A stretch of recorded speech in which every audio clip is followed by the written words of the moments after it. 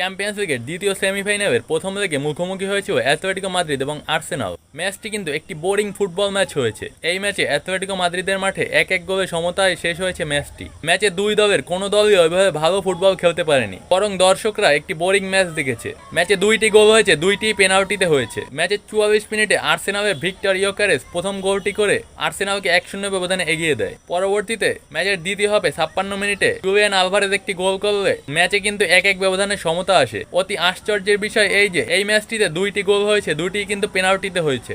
দুই দলের ডিফেন্ডাররা অসাধারণ খেলেছে, কিন্তু দুই দলের ফরওয়ার্ডরা এবং মিডফিল্ডাররা যথেষ্ট ভালো খেলতে পারেনি, যে কারণে এই ম্যাচের স্কোর লাইন এমনটি হয়েছে। ম্যাচে বল পজিশনে অ্যাথলেটিকো মাদ্রিদ এগিয়ে ছিল, গোলে শট নেওয়ার দিক থেকেও অ্যাথলেটিকো মাদ্রিদ এগিয়ে ছিল, শট অন টার্গেটেও অ্যাথলেটিকো মাদ্রিদ এগিয়ে ছিল।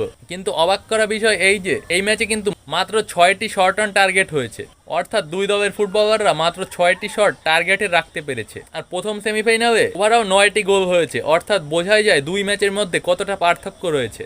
যাই হোক, প্রথম লেগে কোনো মীমাংসা হলো না। এখন দ্বিতীয় লেগে আর্সেনালের মাঠে যে দল জয় পাবে সেই দল কিন্তু ফাইনালে কোয়ালিফাই করবে।